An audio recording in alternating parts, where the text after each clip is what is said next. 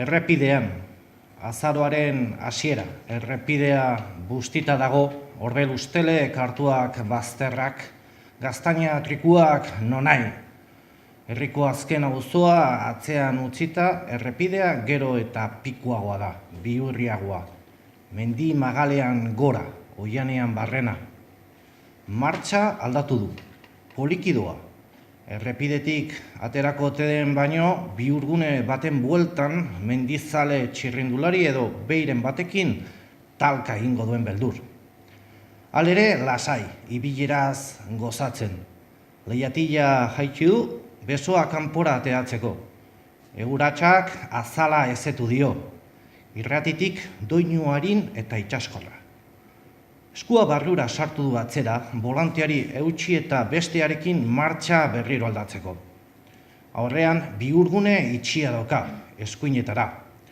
Bestaldean, zuaitzen artean, itzal bat antzeman du. Oinezkoa bide bazterrean. Hori ere perretxiko tarazoak, pentsatu du. Eta atzean zabalgune batean ikusitako autoa gogoratu du. Bapatean, telefonoa dardarka hasi da, Polarreko patrikan, mezua da, abiadura moteldu du. Esku bat volantean eta bestea telefonoan. Publizitatea da. Bihurgunea hartu eta baezpada turuta kolpitsua jodu ustezko perretxiko zalea ohartarazteko. Honek burua bueltatu du, gero gorputz osoa, eta orduan errepide erdira atera da, bi besoak kotxerantz luzaturik. Ze hostia iaiz, bota du gidariak ozenki galgalarri zapaltzen. 3 metrora geratu da kotxia. Kostatu zaio gidariari kanpokoak eskuan pistola daukala konturatzea. Berari zuzenduta. Buruan aurpegi estaltzen dion txano gorria. 2 zulo begietan, bat ahoan. Kontzientziak irudiak prozesatzeko denbora behar du, inkontzienteak ez. Eta gorputza paralizatzeko agindu du lehenik eta behin. Baina denbora aurrera doa eta txanodunak apuntatzeari utzi gabe autorantz egin du. Beso bat jaitsi du kopilotxoaren atea irekitzeko, azken begirada inguruetara eta atea ireki. Eserlekua umearen jostaiuz beteta dago, panpina batzuk eta pilota. Kolpe batez bidali ditu txanodunak lurrera eta eseri inda. Segi aurrera, esan dio gidariari, saietxetan pistolaz akuilatu bitartean. Autoeskolako lehen praktikan baino kerrago sartu du gidariak lozagia. Karranka jauzia eta autoa gelditu inda. Barkatu, esan du urduri, jarri martzan azkar. Alaxe egin du eta aurrera doaz, 100 metro, 200 metro, biruzpalau bihurgune, eta bapatean txanoduna makurtu egin da. Aurrean auto bat dator, ez egin tuntakeriaik, eta pistola saietxen kontra areago estutu dio. Lasai, atera zaio gidariari ahots pitzatuaz. Autoak elkarren ondotik pasatzean, gidariak bestearen begirada erregutu du. Baserritari itxura hartu dio, baina ez dio begiratu ere egin. Atzerako ispiluan urruntzen ikusi du autoa. Errepidetik atera eta porlanezko pista batetik jarraitu dute. Lurrezko bide batetik gero, zabalgune batera itxi dien arte. Han autoa gelditzeko agindu dio txanodunak. Giltza kontaktutik atera eta kanpora joan da gero. Atea irekita utzi du eta berriro ari zaio pistola apuntatzen. Ateai! Baina gidaria sorgortuta dago, oraindik ez du egoera ulertzen. Buruan jasoitu datuak, baina osatzen duten irudia ez du ulertzen, ez du ikusten. Espazioa, denbora eta bere kontzientzia elkarrengandik banandutik dauzka. Minutu batzuk lehenago, patxada azari ezen gidatzen, eta orain, ataka honetan dago. Hain azkar dena. Esnatu ateatzeko esan diat. Pagadian barrena abiatu dira. Mendi magalean gora. Txanoduna atzetik pistolaz apuntatzen. Gidariari urratz bakoitzean ondo ezal harriagotzen zaio. Hanketan gurinezkoak ditu giharrak, kakalarria sentitzen du. Zurrunbillo gorra belarrietan. Belargondokoa jaso eta ondorengoa bezalakoa, baina belargondokori gabe.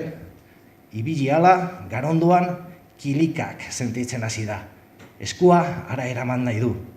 Txanodunak garondoan tio egiten badio, ez da konturatu ere ingo. Bapatean argia itzali egingo da eta kitxo. Haian kolpea sentituko du, haian bala burmuina zeharkatzen sentituko du. Atzea begiratu du. Aurrera, esan dio zakar Txanodunak. Isilik jarraitu dute, minutu pare batez, luzeak, gidaria tarteka atzera begiratzen, agindua gora bera. Halako batean, Txanoduna ziplo gelditu da. Hoi duk lekua. Harri handi bat dago, borobila eta erpinik gabekoa. Metro eta erdi altu, 3 zabal, alde batean goroldioak hartuta dago, eta ondo-ondoan pagoa. Oain, zuaitz horren bizkar ezertzean eidiat. Txanoduna inguruetara begiratzen hasi da, tokia segurua ote den baieztatzeko. Gidaria zuaitz ondora joan da, baina zutik geratu da ergeldurik, esai gabe. Zerbait egingo badu, oraintxe beharko. Pistola kentzen zaiatu edo maldan behera korrik abiatu. Adrenalinak lagundurik eta Txanoduna bezuztean hartuta, ziurazki lortuko luke. Baina zaio bururatu ere egin. Berak ere buru albo batera eta bestera eraman du, lekua zinez seguro ote den ziurtatzeko.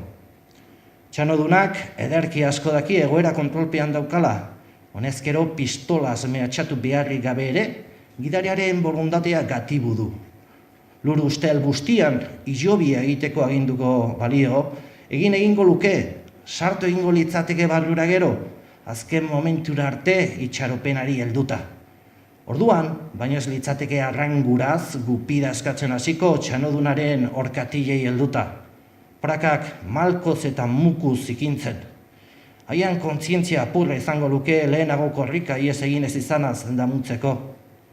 Duintasuna da hiltzorian berreskuratu daiteken bertute bakarra, baina koldarkeria lotxagarria gailentzen zaioia beti, bizitzeko gogoa. Sertzeko ba hostia. Gidaria lurrean eseri da. Bizkarra enborrean bermatuik, baina hankak tolestuik. Horrela ez, luzatu hankak, ipurdia lurrean. Oain lotu egingo haut, eraman itzak eskuak atzea. Gidaria lurezean agondu da eta atzera eraman ditu besoak, enborra bizkarrez bezarkatuz. Haien bila joan da Txanoduna, pistola gorde du. Polarreko patrikatik soka zuri luzea atera du. Berak ere polarra baitauka, North Face bat, eta marka bereko prakak, Nike Deportiba zuriak. Ia esan gidai eta Txanoduna berdin daude jantzita, txano gorria eta eskularroa gora bera. Lana bukatu duenean, aurrera itzulia. Pistola gorde duela ikusi du gidariak, ezinbestez eskuak lotzeko gorde behar zuelako. Edo lurrean utzi, beste aukera bat galdu du ies egiteko. Baina konturatu izan balitz ere, nekez jaikial izango litzateke behar bezain azkar. Horregatik esan zion hankak luzatzeko, oso jokaera profesionala iruditu zaio. Baina gidariak ez daki hori berarentzat ona ala txarra den. Nola nahi ere, aitzakia ona da ies egiten saiatu ez izana zuritzeko. Ezin izan nuen ezer egin. Ikusi du bere burua gintariei azalpenak ematen. Ez diat oso lotura estua egin odola ondo ibiltzeko, baina alferrik duk askatzen zaiatzea. Oain, hankake lotu behar dizkiat. Txanoduna bere horrela makurtu da, izerdi ustelaren eta tabakoaren kiratxa nahastua dario. Goiz-goizean irudikatu du gidariak, oso goiz, berari altzatzeko ordu bete falta zitzaiola. Sukalde batean eserita, kafea hartzen, lantegira joan behar duen langileen morroiaren antzera, erretzen, erlojuari begira. Begi urdinak ditu, beti beltzak, ezaguna zaio begira da identifikatu ezarren. Zeri begira, esan dio zakar Txanodunak. Gidariak burua makurtu du, txikitan buruz ikasitako hau korapilu atorri zaio burura, ez daki zergatik ez dauka zer ikusirik egoerarekin. Mozorroa zorrora, zomorroa zokora. Ez du inoiz ulertu, oain ere ez. Txanoduna berriz altxatu da, lasaiago dirudi. Berriro alboetara begiratzen hasi da, bakarrik daude basoan. Tia, oain, hau estali behar diat, ez izutu. Patrikatik altzerdi bat atera du Txanodunak, haua ireki du gidariak. Zapi batez ondo lotu du gero buru bueltan. Ondo hartzen du arnasa? Baietz esan dio buruaz, baina egiatan ez daki arnasa ondo hartzen ote duen. Sukarrak hartuta dauka aurpegia, gorriturik, izerdi batean kopeta eta lokiak. Eskuak ordea zurbildurik ditu hotz. Ondo hartzen du arnasa? Ba, listo orduan. Pauso batzuk egin ditu atzera. Polarreko kremailera ireki du. Barrura sartu du eskua.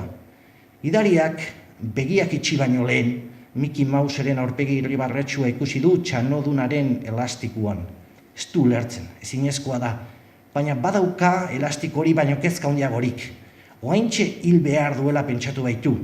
Pistola atera eta tiro ingo diola. Ez da konturatu ere egingo, argia bapatean itzaliko da. Galtzerdiak adia itoko du. Gupida eskatu nahi du, baina ezin, lehenago eskatu behar zuen gupida. Dena engainu izan da, orain amorroa ere sentitzen du, hain otzana izateagatik. Mina sentitzeraino itxi ditu begiak. Baina tiro hotxik ez, urratxak orbelean urruntzen baino ez ditu entzun. Gero gelitxo egin dira pausoak, horri pasen fereka entzun du. Gidariak begiak ireki ditu. Txanoduna aurreko argi batean dago eserita. Esku artean paper multzoa dauka, eta txanoaren gainetik betaurrekoak jantzi ditu. Irakurtzeko betaurrekoak behar dituelako. Orain, ipuin batzuk irakurriko dizkiat. Eta lehen ipuina irakurtzen hasi da txanodura.